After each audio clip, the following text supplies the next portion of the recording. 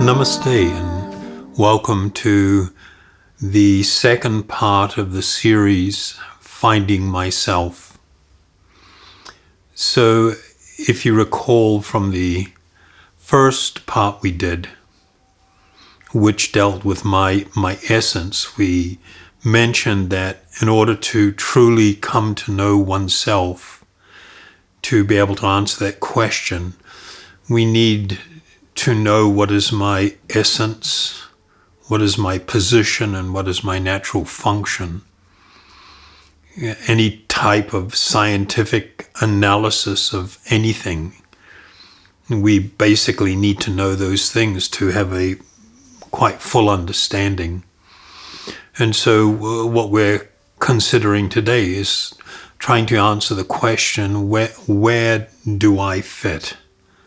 And of course that addresses the second part of this question, what is my position? We literally find ourselves in a vast or almost limitless universe surrounded by countless heavenly bodies. Astronauts, when gazing down upon the earth from the vastness of space, they all have this really amazing experience, which I would describe as being almost like a religious experience, if I can use that terminology. I remember looking at a coffee table book, and it was all statements of astronauts who had spent time in space, and whether they were American, whether they were Russian, whether they were from the UK, Saudi, almost any country, they all made profound statements that caused them to really question themselves and where they fit in this vast, vast world. So, from a great distance, even the greatest accomplishments of man seem to be very puny and small. You can think of somebody building the tallest building in the world, for instance, but from out of space, gazing down upon the country where that stands, it doesn't seem so significant from that kind of a distance. Gazing down upon the earth or upon a country that we may be intimately familiar with, and knowing that within our vision there could be a multitude of great cities, and there could be hundreds of millions of people. And it raises a very profound question. Where do I fit in this big picture? And it is truly a very big picture. We can find ourselves in the busiest metropolis or amongst a sea of people and feeling quite alone. Or we can be alone on a mountaintop or even lying in bed at night with our phone scanning our social media and have this experience, ask this question, where do I actually fit amongst all of this? The experience of asking this question is something that many of us have at different times in our life and for perhaps different reasons. So when asking, where do I fit? We must remember from the previous talk, who is this I? Because if I consider the body, which we've discussed, is not me, or the mind is not me, I'm the eternal spiritual being within. If I am in the consciousness that the body is me, I'm going to come up with a whole different paradigm and a whole different set of answers than if I really consider that I am an eternal spiritual being. All of a sudden, everything becomes way more deeply profound. Where do I fit? Because we're referencing not just the world around us, as it were, and the universe, but even in relation to my own body. Where do we fit? If we confuse the body and the mind as being me, who I am, and I ask that question, where do I fit? We are going to head off in an entirely different direction than where we really need to be going. So answering this question of where do I fit, it's actually really foundational to establishing true and harmonious relationships, not just with the world in which we live, but also with others. And I think we all accept the reality that living a more harmonious life will produce a lot more peacefulness and a greater sense of direction and purpose. If I think that I am the physical body and the mind, then automatically my highest priorities will be to feed the desires of the body and the mind. And in doing that, I generally will not have very much regard for the earth and all of its natural resources, and I really will not be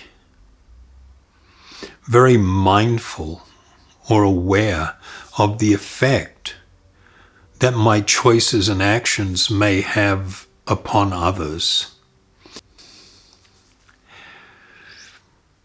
To develop a very clear understanding of this bigger picture, the ancient yogis were guided by spiritual texts, or these Vedic texts. And I'll just read a few for you and ask you to kindly consider what it is that they're saying. So the first one is from the Bhagavad Gita. It states that the living entities in this conditioned world are my eternal fragmental parts.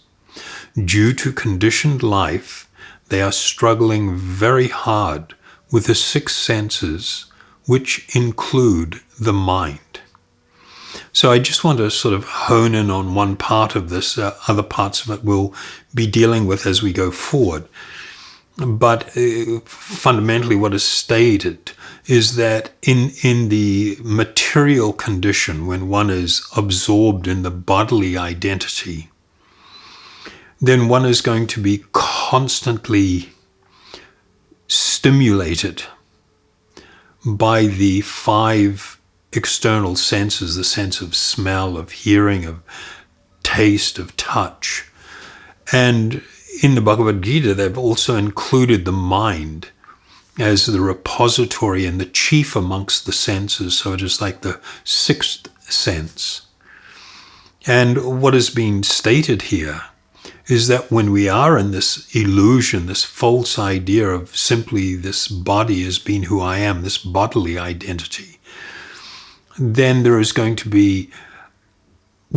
be experiencing constant disturbance. Our senses are going to be demanding from us so many things. Look at this, smell this, taste this, touch this. And there will be an accompanying promise that by stimulating the senses and gratifying or attempting to gratify them, that I will actually feel fulfillment. And when one is caught up in this state of consciousness, then their view of the world and their view of others is as something to use or utilize. So in the next text we'll look at is from the Bhagavad Purana.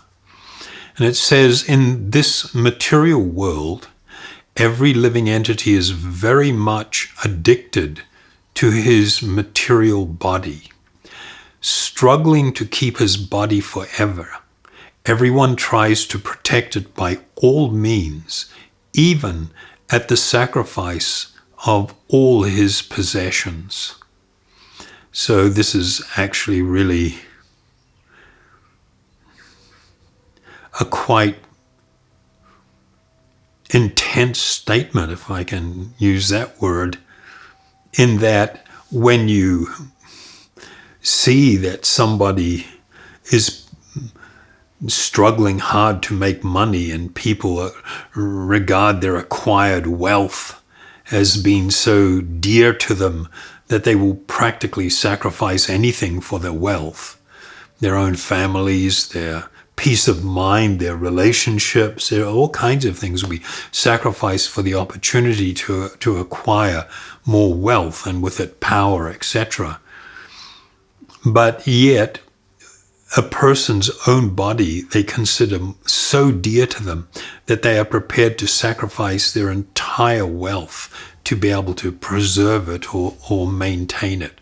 And in speaking about that, what's needed is that we actually take a little time, perhaps later, when you're finished watching this or at some other point, go back and really contemplate on that and contemplate on the state of consciousness that a person is in and what will be the different drivers and the things really affecting them. Then in the next verse, also from the Bhagavad Gita, it states that earth, water, fire, air, ether, mind, intelligence, and false ego, altogether these eight comprise my separated material energies. But besides this inferior nature, O mighty-armed Arjuna, there is a superior energy of mine, which consists of all living entities who are struggling with material nature and are sustaining the universe. So there is this really broad understanding in all great spiritual paths that the living being, that life itself is a symptom of the presence of a spiritual being. And the most astonishing thing within the material dimension, even though the material energy, and we're talking about everything that we see around us, all of this kind of stuff, the material energy, while it is considered inferior to this higher spiritual energy of the living being,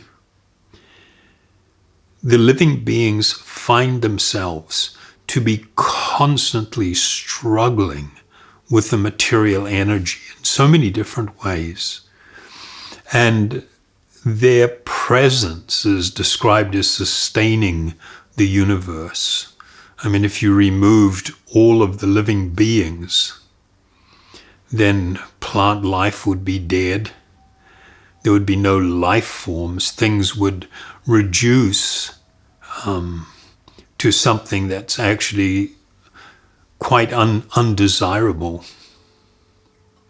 Now, at the final verse, actually the living entity is transcendental to material existence, but because of his mentality of lording it over material nature, his material existential condition does not cease, and just as in a dream, he is affected by all sorts of disadvantages or sufferings. So with all of these verses, it's painting a fundamental picture. And that picture is that we are not in our natural element when we are existing within the material realm. And because we are not in our natural element, there is going to be this experience of a struggle and facing ongoing agitations and difficulties. All the while, a living being is attempting to somehow create something permanent, a home, to a place of protection and shelter, a place where I can find happiness, some form of perfection, of fulfillment and things. But yet that desire is not really harmonized and connected to a higher spiritual reality. It is based upon a false conception that the body is the self. And while this may seem to be somewhat of a pessimistic view, I ask you to just actually consider it very objectively if you can, and you'll find in it the opportunity for true freedom, the freedom that will come from having a very clear perspective of myself and everything, the environment in which I find myself. When I'm kind of overwhelmed with this false concept of the self, the body and the mind as being myself, I'm going to have this natural tendency to try and dominate both nature and others. And when I try to do that, it will always lead to disharmony and to conflict. You'll see that almost all the wars in the world, I mean, let's not worry about political ideologies or religious ideals or whatever, the quest for power or whatever. If we look at things very, very objectively and upfront, we'll see that all forms of conflict arise from a desire to both dominate nature and to dominate others.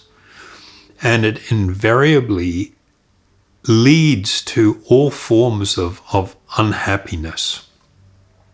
So some of the fundamental realities are that having a false sense of who I am, a false identity, it will always produce a bad economy.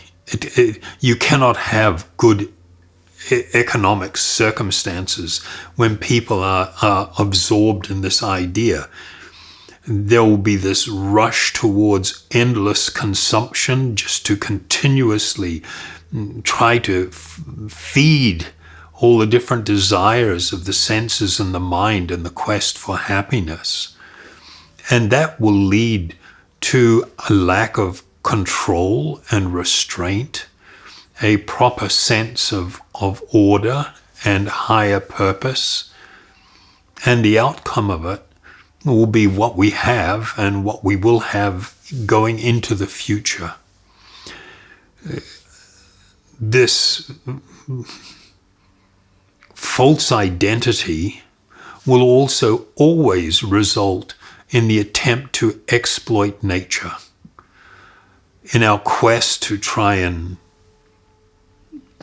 gratify our senses and all these material desires, we will always seek to dominate and to exploit nature. And of course that will have its own catastrophic consequences, which we are witnessing like this slow motion train wreck that we are seeing all around us. this false identity, if that's our foundation, it will also lead always to the exploitation of others and myriads of social issues. For example, racism and sexism and everything else that just, flows from that. This is the consequence of adopting this type of thinking. In the material condition, we all tend towards self-centeredness. And I don't mean like a bratty, selfish person, but it's much deeper than that. This idea of seeing myself at the center of everything. We have this tendency to see ourselves at the center of everything. We see everything in relation to ourselves. Oh, I like that. I don't like that. And we build a hierarchy of values, of that which we value, based upon that which we find personally desirable or undesirable. We then tend towards wanting to be a dominator or controller. We desire to be the central enjoying agent within our life. We even have these desires to be like worshipped and adored. I mean, how many people in their younger days, usually as we get a little bit older, we're a little bit more shy about this, fantasizing about being the lead person in a rock band, or being a movie star, or being a great, business magnate or a politician, and being adored by others. And everybody has these desires. This is what the selfie is all about. It's a little snapshot of this desire, the desire to be beautiful, to be youthful, to be accepted, to be loved, to be adored in so many ways. And that tendency is a material tendency. It is not part of our deeper spiritual being. This is considered a contamination. If we consider our situation completely objectively, then almost always we will recognize that in my embodied condition, the truth is, I am not supreme. I am not the center of everything. In fact, I am not even completely independent. In fact, I am very much dominated. And most people, when they hear this, it's going to be like, what? Something that we consider really undesirable. But I'm not considering you to think about it or hear this on the basis of some ideology or social philosophy or anything. I mean, just try to look at it really objectively. For instance, we are completely controlled by the laws of nature. We don't have any capacity to turn back a raging storm. I mean, you see these typhoons or hurricanes when they hit, or you think of tornadoes, these huge snowstorms, or scorching heat that we're seeing becoming also worse and worse. We are just like constantly having to adjust to the reality of the power of material nature, the laws of nature over us. I can't fly.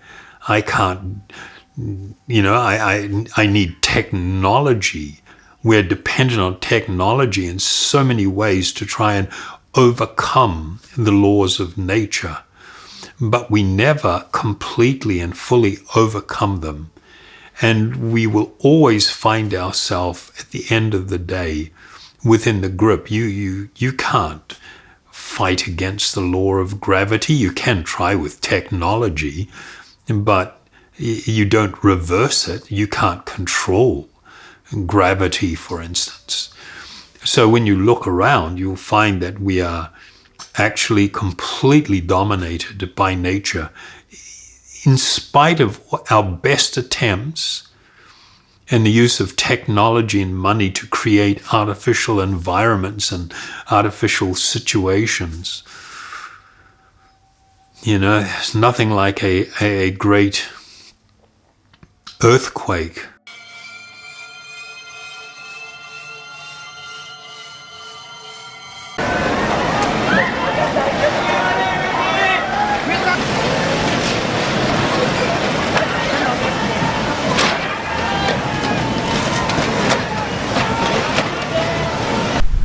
Or being near a massive volcanic eruption to shake your faith in your ability to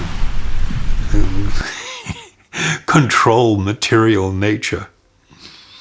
We are also controlled by the laws of man, or social laws. How many red lights can you drive through without getting caught and perhaps losing your license, ending up in a stint in prison even. We just can't do whatever we want to do, even though we may be rich and powerful. Social law, society's law, the laws of man, are something that we are forced somehow or other to bow to. Then you've got the desires of our own mind and senses. I don't know if you can recollect a time in your life when you really thought, I shouldn't do this, I shouldn't go here. And you've got this little voice in your head telling you, don't do it. But you feel compelled or driven. All you've got to do is look at these TV shows about people being convinced to become a drug mule or something and fly to some foreign country, and they've got this feeling, I shouldn't be doing this, but then they're thinking, well, I'm going to get $10,000, it'll be fine, or we'll try it. Everybody's saying it's cool, and then they end up in these horrible situations, locked up in some foreign jail, just really suffering, and their lives are in grave danger. And it was all because the mind and the desire of the senses was propelling them, driving them. So this is an example, and there's so many of them, examples of how we are controlled by our own mind and senses. We're also controlled by relationships. The most powerful person in the world who exerts tremendous influence of others. And the person that they may be in a relationship, all that person's got to do is say, give them a side glance and, disapproving look, come here now. And then all of a sudden, here they are in a high-powered meeting and, excuse me, I'm going to go and take care of something. And you see that they just get moved from their seat of power where they have tremendous influence over others to now being controlled by the other person, or by the person that's the other part of a relationship that they may have. And we can examine that on so many different levels, but it's fundamentally true. Since I am a spiritual being, what should my relationship with this world be? So we're going to look at our relationship from a spiritual level with the world and with others, looking at the world first. From a spiritual perspective, I am a temporary resident. I'm a transient. I come into this life with nothing, and I leave with nothing. Therefore, I cannot truly claim ownership. I mean, how can you claim an ownership when at death everything will be taken away from you? And this is true for everyone. And so the idea that I am owning something it's a social convention, but from a spiritual perspective, it's not really a reality. And if I accept that truth, then I would understand that being a temporary visitor here, my relationship with this world, rather than being a dominator and an exploiter, a so-called owner, I would be far more happy, and the world would be a better place if my view of the world was that of stewardship, where I am going to be a steward. I can take things that fall within my limited control, but I should understand that I have a responsibility not to destroy things, not to make things worse, to preserve and maintain, to conserve, and to leave something even better at my departure. So in this regard, there's a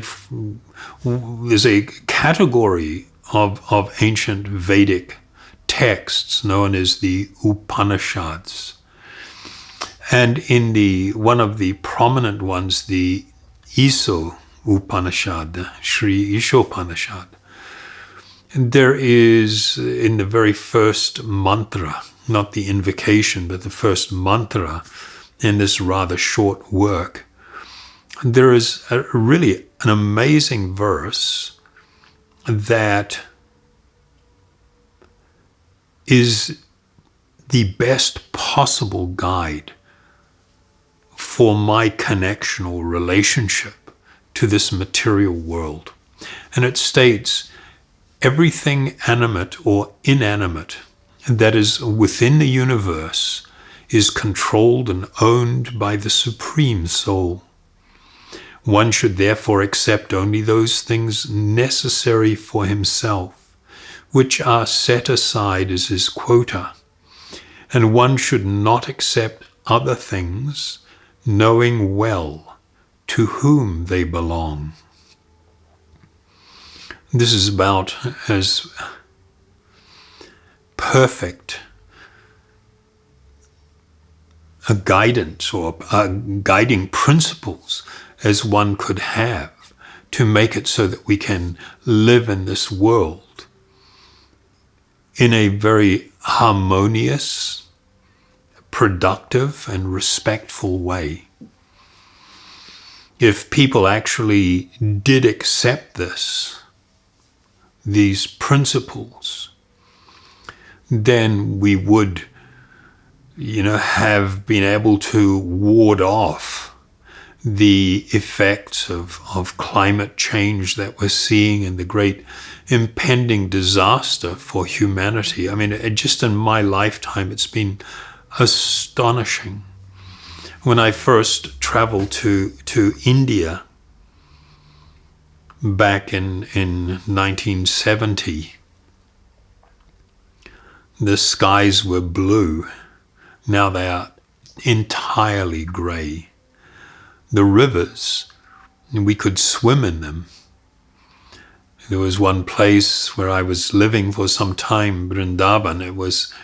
They would have these huge river turtles that we would grab and hold on the shell, and they'd pull us down into the water. Now, this whole river is like a cesspool. It absolutely stinks. It is devoid of this life that used to thrive there. And so it is with many of the great rivers in the world, in many different places. In more recent times, over the last 30 years or so, there have been attempts by 30 or 40 years in the more developed world to try and reverse the damage that they had previously done. And a lot of that is achieved by offshoring industrial manufacturing to the third world or the developing world. Let them screw up their place so that we can buy cheap goods from them and prevent, the pollution that is taking place. But, this, if we adopted the principle of that verse from the Sri Isopanishad, we would be able to actually live a far more harmonious and healthy life and peaceful life. So this is the way in which we should look upon this world from the spiritual perspective.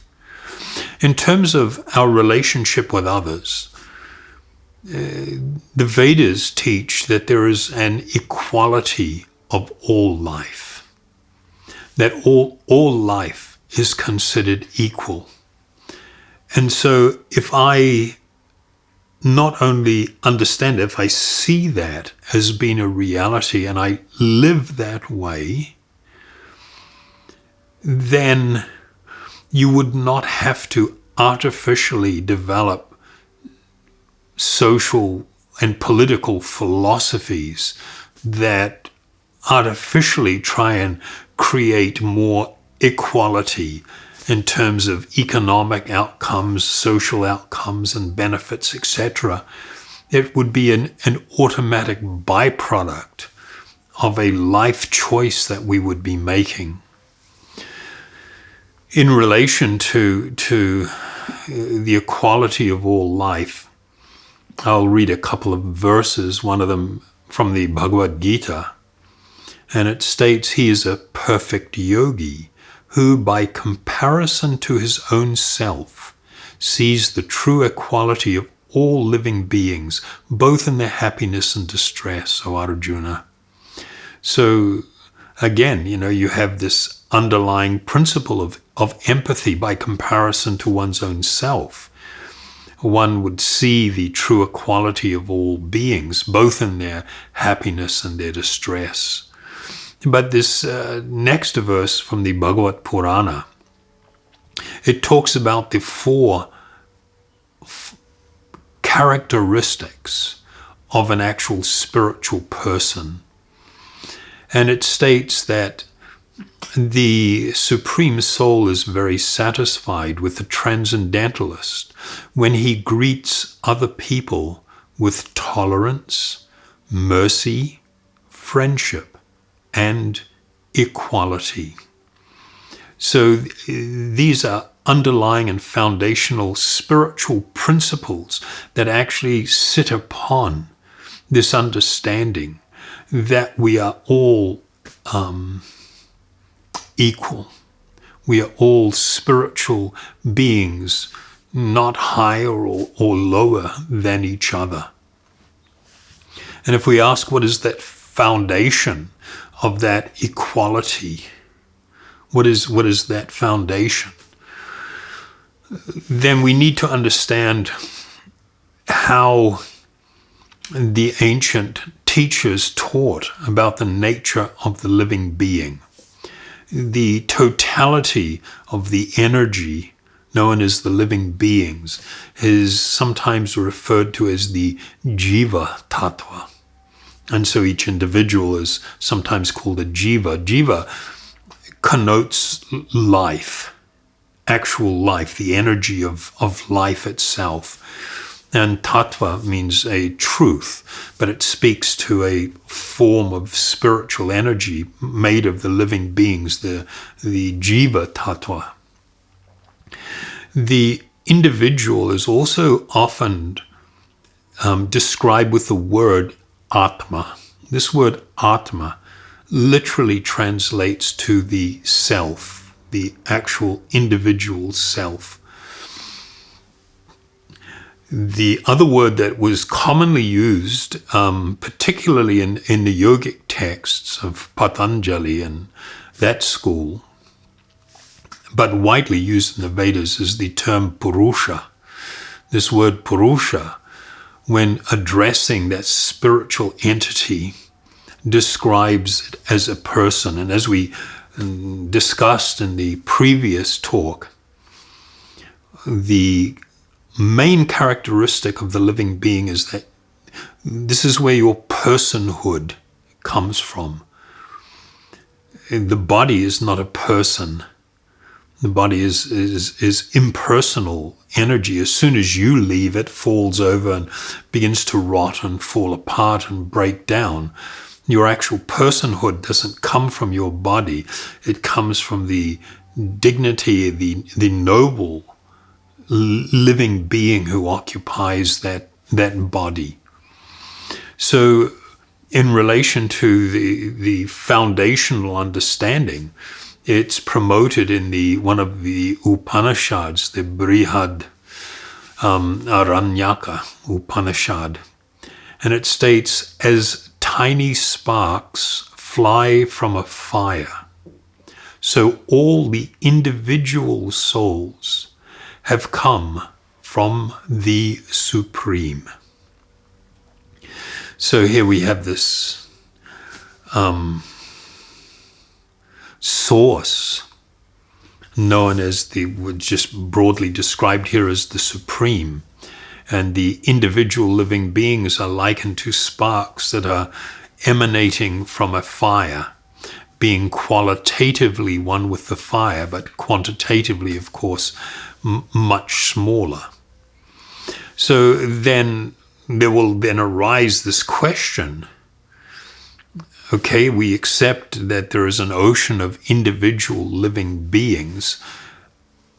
Is there one amongst them that is somehow different or supreme? Is there a supreme entity?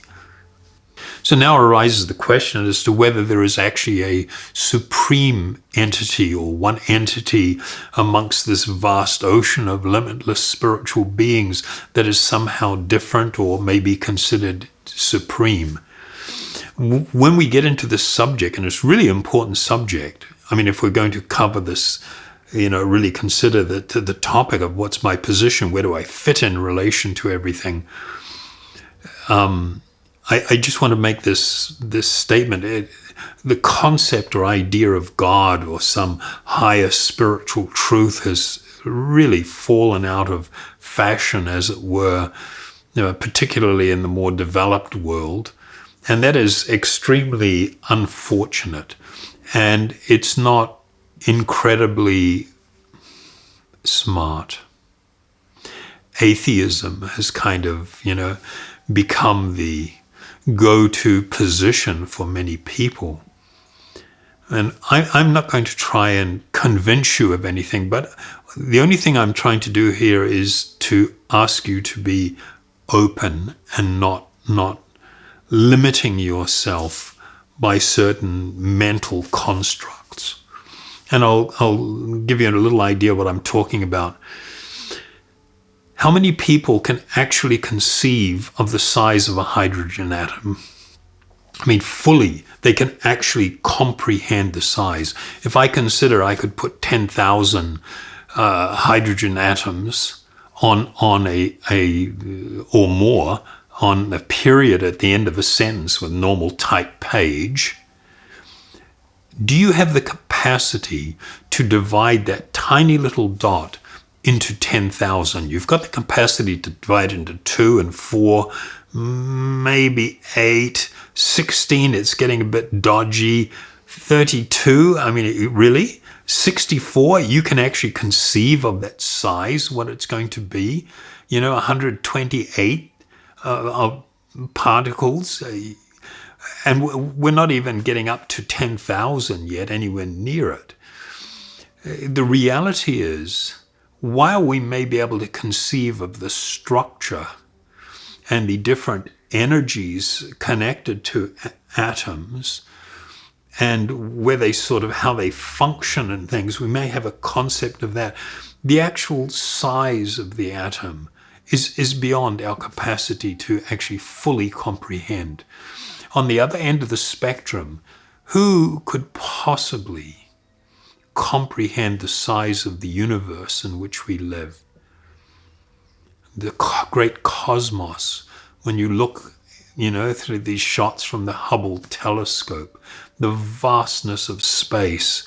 We're talking about distances that you can't comprehend. You may be able to put a number to it and talk about things, but in terms of fully comprehending, our mind has difficulty on both ends of this scale, the smallest complete unit. It's not even a subatomic particle, an atom of hydrogen, and the universe. And if we were to consider if there was a higher spiritual truth, we would have to move outside of the universe. It would necessarily exist beyond and encompass the universe. And if our mind does not have the capacity to do that, then these statements that there is no higher truth, there is no such thing as a God, are not very smart, they're not very intelligent, because in doing that, a person is laying claim to being omniscient, to actually knowing everything. And that's a ridiculous position to take. And with a little humility, we should approach these subjects and realize that we should not be limited by biases and these different material conceptions. So, is there a higher truth beyond myself? Is there something greater? In the Bhagavad Purana, it states that the learned transcendentalists who know the absolute truth call this non-dual substance Brahman, Paramatma, or Bhagavan. So this is a huge subject, and I'm just putting it out there for your awareness. Their understanding of a higher truth involved three features. One is this vast ocean of spiritual energy and light, known as the Brahma Jyoti, of conscious, pure conscious existence, in which one does not experience their full individuality. There is a loss of a sense of individuality and of just being part of something that is greater, infinite, and spiritual. But there is another feature to this highest truth or absolute truth, which is called the Paramatma, which literally means the Supreme Soul. And it speaks about this feature that permeates material existence and can act as what's called Chaitya Guru, the guru within, that divine voice that may guide us from within. And then you have the feature of Bhagavan, which is considered the supreme personal feature of Godhead. So yogis, they can potentially have different types of experiences in relation to enlightenment or self and God realization. There can be this experience of the realization of this impersonal ocean of spiritual energy. The vast majority of yogis sought to experience and see this feature that sits within the heart of all living beings. When I say the heart, I don't mean the muscle. We're talking about the core of our being. And of course, this feature of Bhagavan, the feature of Ishvara, or the Supreme, who exists in a transcendental dimension. Of course, when I mention the term transcendental dimension, we're probably going to have a few eye rolls and stuff. But it kind of amazes me that, in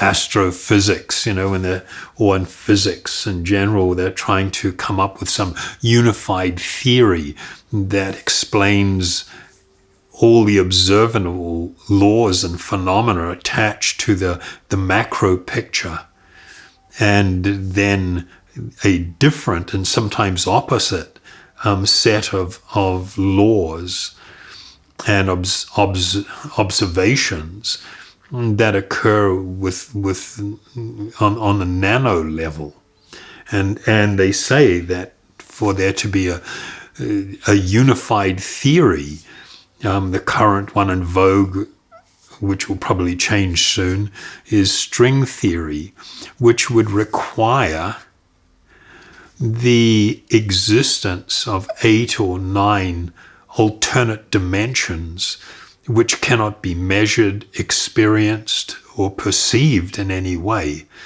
And that is considered scientific. But if I apply that same thing towards that which is spiritual, suddenly you get the eye rolls and everything. And it's simply due to a poor fund of knowledge and a form of a refusal to be actually completely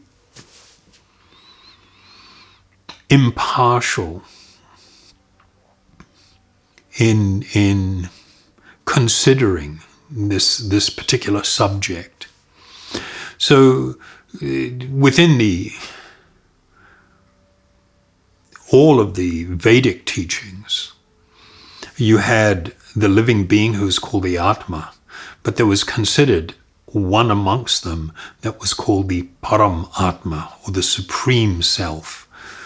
They have the term Brahman, which refers to just the spiritual existence of the living being and a greater understanding of spiritual existence and totality. But then you also have the Param Brahman, or the Supreme Brahman. And just as with the living being who is referred to as the Purusha, you also have the Param Purusha, the Supreme Self. So in this connection, in the Yoga Sutra, Patanjali raises the question of this personality whom he refers to as Ishvara. He has previously referred to the self, the living beings, as being the Purusha. And he says that Ishvara is a special Purusha. The Sanskrit is Purusha Vishesha. He is a special Purusha, unlike other Purushas, being untouched by afflictions, actions, meaning material activity, and the fruits of actions, the karmic fruit, and also latent impressions or material desires. In him, the seed of omniscience is unsurpassed or infinite. He is also the teacher of all ancient teachers or sages, being not limited by time. The transcendental sound personifying him is Om. So this is the description given by Patanjali of this greater being known as Ishvara. So within the Upanishads, the Katha Upanishad, the Svetasvatara Upanishad, there is a verse that is used, appears in both of these places, where they speak about that he is the eternal amongst all eternal entities. So we have these words, Nitya Nityanam, Chetana Chetananam. So Nitya means eternal, the eternal beings, that there is one amongst the ocean of eternal beings who is different. He is the chief. He is the chief conscious being amongst all conscious beings. And then it goes on with the next line, that amongst the many living entities, he is the chief who fulfills their desires. So this may be very challenging for some people. You know, we have taken this position that we are the ultimate authority on truth.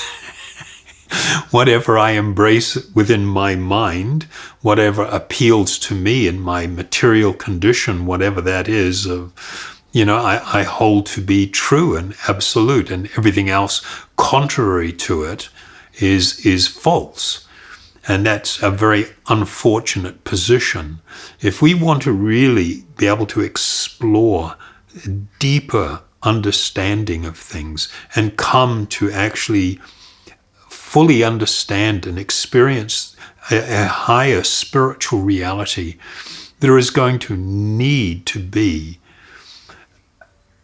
an intense inquiry, but from a platform of humility, not thinking that I already know something, I have my own truth. This is not very wise. This will not lead to enlightenment if we are thinking in this way. So from these statements, we can understand that it is a very unnatural condition when I try to be at the center of everything, or I have this feeling of challenging the supremacy of someone or something that is greater than myself, wanting to just reject it and be the ultimate authority on things. This is considered an unnatural position.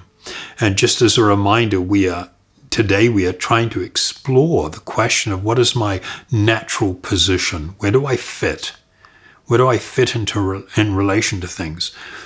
And this will become, you'll be able to understand its importance as we go forward. But in summary, the reality is that I am not my material body nor the mind. And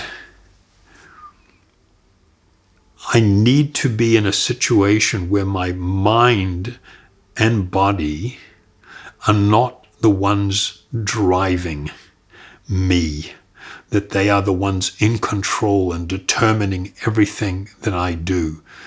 I need to be the master of my own body and mind. That is critically important. In relation to this world, I should not be laying claim to this world, although I am superior to it in terms of the nature of the energy of the Atma as opposed to the material energy. Still, when I am embodied, I am forced to obey the laws of nature. I am not supreme in this realm, in this dimension. I am an eternal spark of the Supreme. I am a part and parcel of God or a higher spiritual reality. In relation to all living beings, all these jivas or atmas, they are my brothers and sisters. I am not their lord or their master, and I should not seek to control or dominate or exploit them. If I do, I will never be at peace. I will never experience happiness. I can't. Amongst all this vast, limitless ocean of living beings, there is one who is actually supreme. And I am not that supreme being, nor can I ever become that supreme soul. I will always be in a dependent or a subservient position to this supreme and higher truth. And this recognition is completely essential for me to be able to move forward in the exploration of our real natural function or purpose. So I hope you have enjoyed this little bit of a journey. It's probably been a little bit long, but if you need to, go back over it and consider, contemplate, meditate upon these eternal spiritual truths. The thing that will be most beneficial in helping you develop this clarity of understanding, to aid you in the growth of your own spiritual realization, your own enlightenment, will be the process that we spoke about at the end of the last talk, the process of meditation using spiritual or transcendental sound.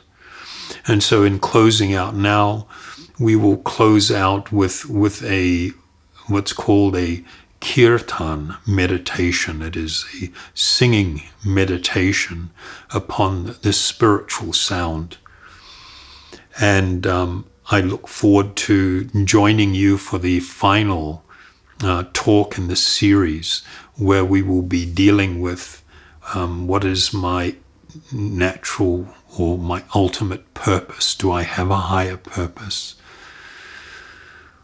So I invite you to just sit back and relax and close your eyes perhaps, and we will be using the mantra Om Hari Om. In this process of kirtan, and this singing meditation or sankirtan, congregational meditation or singing, a person that has received this mantra from an enlightened spiritual teacher who is part of a lineage of spiritual teachers, perfect spiritual teachers, that goes back through time immemorial, connected with the Supreme. A person who has received this mantra should be the one to lead by singing the mantra. And when that person who is leading sings the mantra, we simply listen to it, we bathe in it, we immerse ourselves in it, and then we repeat. The quality of voice is not important. Just let go and sing along with it and listen to the sound as you are saying it.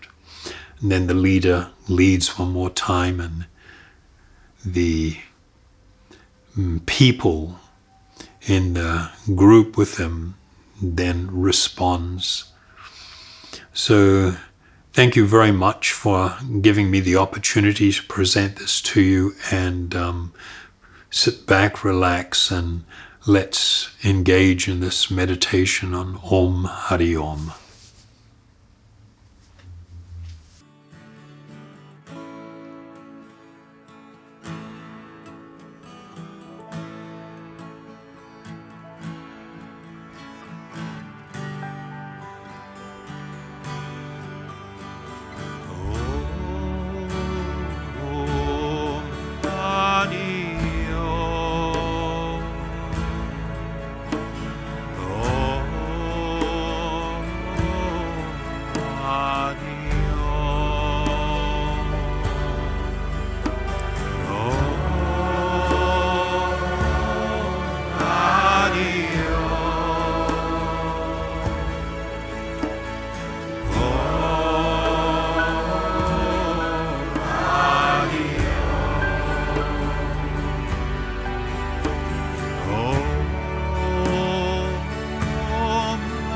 Hari